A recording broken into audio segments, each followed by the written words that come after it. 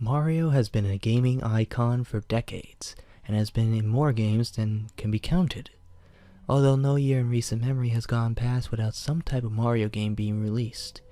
Series fans will remember the nearly decade-long drought of original Mario platformers. From 1997 to 2005, there was only one new Mario platformer released, Super Mario Sunshine. During the second part of this drought, after Sunshine's release, the mysterious Super Mario 128 was the main focus of the fanbase. No concrete information was given on the game, and eventually series creator Shigeru Miyamoto claimed it had simply been a series of test concepts that were never intended to be an actual game. The mystery faded from memory as the Mario drought finally ended, and most people forgot about the game that had once been the center of every Mario fan's imagination. The Mario drought corresponded with a bad era for Nintendo in terms of console sales. The Nintendo 64 and GameCube did not have the financial success of the earlier Nintendo Entertainment System and Super Nintendo or the later Wii. For a very proud company that relied solely on video games to make more money, this was quite upsetting for the higher-ranking employees that were attached to the company, and it felt its success or failure reflected on them personally. Nintendo started working on a sequel to the 1996 Super Mario 64 shortly after the game was released. But during the late 90s, it became clear that Nintendo was not winning the console war. The Super Mario 64 sequel was restarted from scratch since the company believed it was not a substantial enough improvement over the original to turn the tides of the market battle. Seeing the generally more realistic and violent games on Sony's PlayStation, the market leader, Nintendo considered making a Mario that was closer in tone to what the public seemed to want. There was quite a bit of internal conflict over how far to go with this new direction, and the new Mario was clearly not going to be ready until Nintendo's next console, the GameCube. The only hint of this that was released to the public was a comment made by Miyamoto, that he thought that Mario and Luigi should act like more grown-ups in their games for the then soon-to-be the released GameCube. The new Mario project was ultimately split into two games, Luigi's Mansion, which reflected the darker tone that many felt the series should turn to, although it was still toned down quite a bit compared to what some Nintendo executives and developers wanted, and Super Mario Sunshine, which went into the complete opposite direction. Both were released within a year, and GameCube and Nintendo both were released within a year of the GameCube, and Nintendo felt confident that their new system and Mario games would return them to their former glory as market leader. Those familiar with gaming history know they didn't. The GameCube did even worse in market share than the Nintendo 64, and the mass market's taste shifted even more toward violent, realistic games. During this period, the somber mood at Nintendo intensified, and the darker Mario project was revived, this time codenamed Super Mario 128, and it isn't clear exactly what happened at Nintendo during this period. As we know, nothing called Super Mario 128 was ever released or publicly shown. The source that revealed the internal strife at Nintendo during the later N64 era refused to discuss what was happening during the time of the GameCube's failure, but released a prototype of Super Mario 128 online that can be played on the Wii Homebrew channel. The following is a recollection of my time playing it. The game was clearly an early beta. The title screen was nothing but a white text saying Super Mario 128 against a black background. There was no option menu or save file selection either. After the title screen, the game started. Bowser's laugh from Super Mario 64 looped in the background while a plain text box displayed this dialogue. Mario, I have taken Princess Peach, and she will not live to see the sunrise tomorrow, unless you take her place. You know where to do and where to go. Do not try to stop me unless you want to hasten her death. The game certainly was going for a darker tone. After I made the text box go away, I was thrust into a gameplay. The first thing I noticed was Mario's character model. His body was as detailed as in Super Mario Galaxy. although a little more realistically proportioned, but his head was taken from his Super Mario 64 character model. Obviously, his design wasn't finished yet. The setting was a sky level. There were some simple platforms floating in the air. The rest of the area was just blue sky with several clouds scrolling in the background. The clouds seemed more realistic than the usual cartoony puffs in Mario games. They were quite graphically impressive. There was no music or full voice samples from Mario, but there were sound effect grunts when he jumped. The jumping was more subdued than the other Mario games. Mario didn't jump as high as he usually did, and it had little control over his movement in the air. The different types of jumps in every 3D Mario weren't present. I played through the level, and there was nothing especially notable about the gameplay. Enemies didn't seem to have been added yet. I just jumped from platform to platform, and it wasn't very challenging. As I went through the level, I noticed the graphics are gradually changing. The sky became more and more cloudy until it was entirely composed of clouds, and the cloud background gradually turned to a dark gray. After this, it started to rain. I reached a small platform with a toad on it. It looked like the Super Mario Galaxy model. When I landed on his platform, dialogue appeared.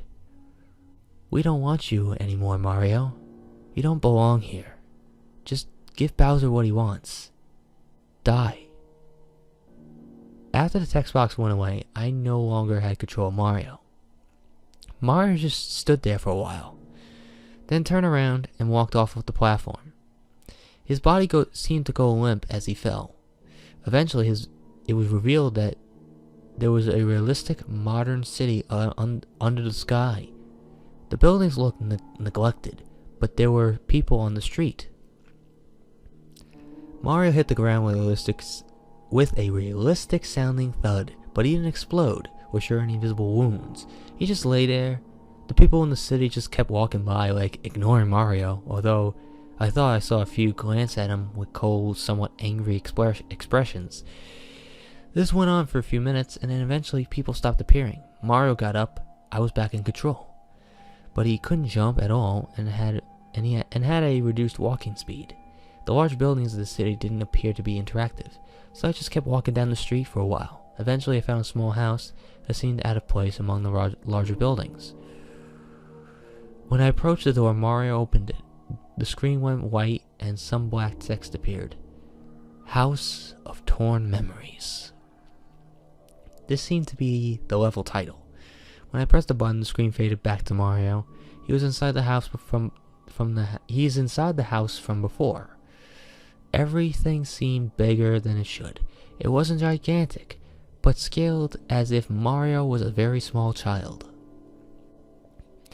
The house was filled with normal objects covered in dust and signs of neglect. There were no people on the ground floor, just things like broken lamps and rotting food. I found a door that opened to a set of stairs going down, leading to a basement. In the basement, I found a dilapidated couch and a broken TV. However, what really caught my attention was what was on the couch. Two skeletons that appeared to be children. Judging by their size, due to the scale of the house, they were still larger than Mario. I was starting to really get disturbed by that by now. How had a Mario game containing this been programmed to this extent? I went into the skeletons and tried pressing buttons to interact with them, or the TV, but nothing seemed to happen. I was about to turn around and look elsewhere when I was nearly scared to death by a deafening loud crash coming from the game. What appeared to be Bowser seemed to have broken through the floor from below and landed in front of Mario. I say appeared to be because this was nothing like the way Bowser is usually rendered. The reptilian monster in the game had Bowser's basic brownish yellow and green pattern, but looked far more threatening than any other Bowser model I've seen before. It was not proportioned like the Bowser I knew. Its arms and legs were far longer in relation to its body and ended in razor-sharp claws. The green shell didn't look like it had spikes glued on. They looked more jagged and organic looking, with the same dark green color the rest of the shell had. The face had small but intense pure black eyes and a mouth full of jagged teeth that took up far more of the face than it should have. Mario was cowering in fear from this thing. A dialogue box appeared. "You've kept me waiting long enough, Mario. I will taste flesh soon. Will you finally surrender, or does Peach have to die?" I still didn't have control. Mario just stood there, shivering for several seconds before nodding his head. Bowser impaled Mario with his claws. There was no blood, but it was clear from the animation sound effects that the sharp digits of Bowser's hands had gone through Mario's body. In one swift motion, Bowser dragged Mario up to his face and bit his head off. Again, there was no blood or graphic details left behind on Mario's neck, just Mario's character being destroyed. The screen faded to black and white text. Another level name appeared. Mario's Eternal Home. Mario's character level was whole again. When the level started, it was the only thing on the screen besides the black background. It was floating, as if in space. I could somewhat control it, but it felt more like I was deciding to the general direction in which Mario would tumble than fully controlling him. As I drifted towards no apparent destination, voices faded in. They were echoing, deep voices telling Mario that he was worthless, that the world no longer had any use for him, and everyone would be better off if he was dead. High-pitched crying was layered onto the voices after a bit. It sounded like it was supposed to be Mario's crying. This really disturbed me, and I found myself fighting back tears. For reasons I couldn't understand, this was affecting me on an emotional level. The voices and aimless wandering went on for several minutes, and until I spotted a light gray speck in the distance. I moved towards it. It took a very long time to reach, and it grew closer at a much slower rate than it should have. When I was close enough to make it out, I saw that it was a tombstone. It was a very plain one with cracks in several places. When I got right next to the tombstone, I could see writing on it. I turned off the system right after reading it. I'm not going to play the beta or hack or whatever this was again. There was just one single word written on the tombstone. Innocence. Whoa, whoa, whoa, whoa, whoa. Did that creepypasta just give me a little chill? That fucking creepypasta sent chills down my spine. Wow. That's unheard of. But, wow. I don't know, man. Like, this creepypasta to me, was pretty decent for what it was. Now, let me, point something out of the ordinary. The name of the creepypasta, which is Super Mario 128, and I like the fact that the author actually mentioned it too, that the original idea of Super Mario 128 was that it was apparently a tech demo. It was a tech demo that was shown at Space World 2000, and it just showed a bunch of Marios on this little platform, and then it would flip over and it would be a pizza. Pretty much it was showing the power of the GameCube. And then the fact that, it could have been a Super Mario 64 sequel. The original idea of Super Mario 64 2 would have been on the Nintendo 64 disk drive, which was released only in Japan. In February of 2000, it was released in December 1999, Japan only, and it was only sold 15,000 units. And just like it said, it would accept discs. It would accept the discs. So, it's weird that, yeah, no wonder why, because apparently at this point everybody lost interest in Nintendo at that point because of the PlayStation doing well in sales at the time in the 90s. And then obviously we all know Space World 2000 was well known for the reveal of Luigi's Mansion, and 2001 was when Super Mario Sunshine was revealed. So the fact that they bring up those two games, the fact that Nintendo wanted to be more realistic, more edgy, more adult, like the tone, they try to make a dark and gritty Mario game in a way, just like every Batman movie is, and most superhero movies are, especially Logan. But hey, the Creepypasta to me was interesting. The fact that this person played the tech demo, a beta of Super Mario 128 on the Homebrew channel. Now look, I've heard of the name Homebrew channel. It's that where it's like you can play,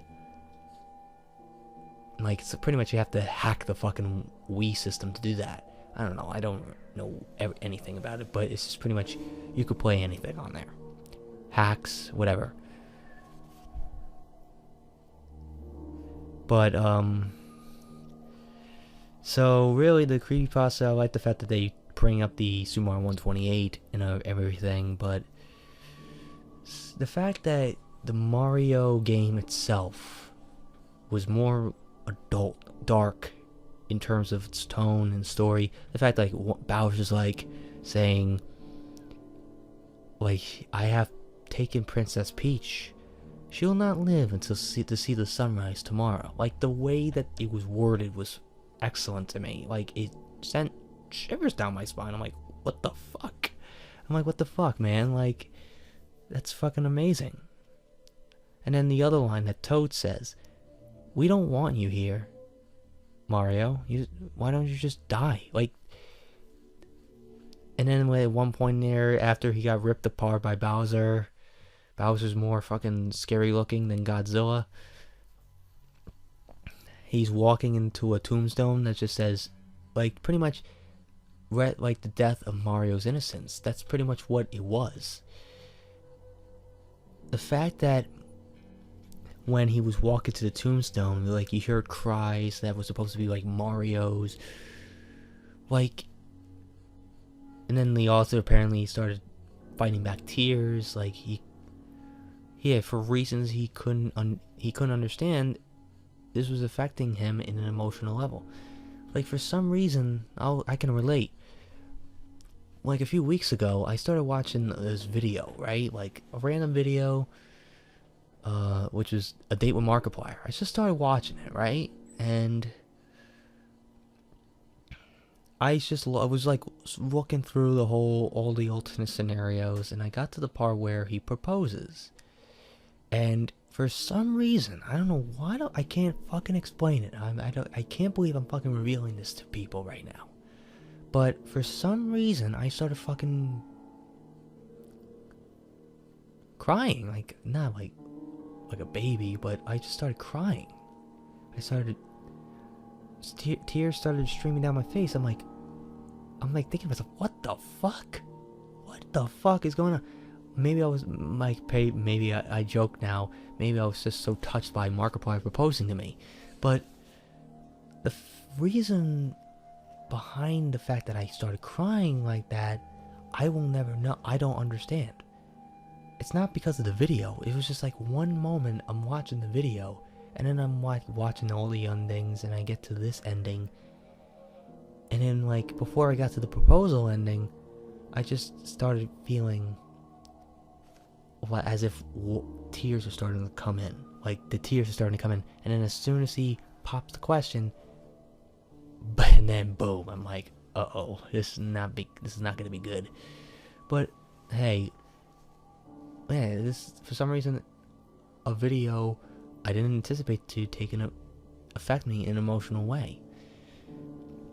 Wasn't intended. It was just like a moment I couldn't understand. Like, I started crying for no reason, and it wasn't because of Markiplier proposing to me. I'm straight, okay? Thanks for the offer, Mark.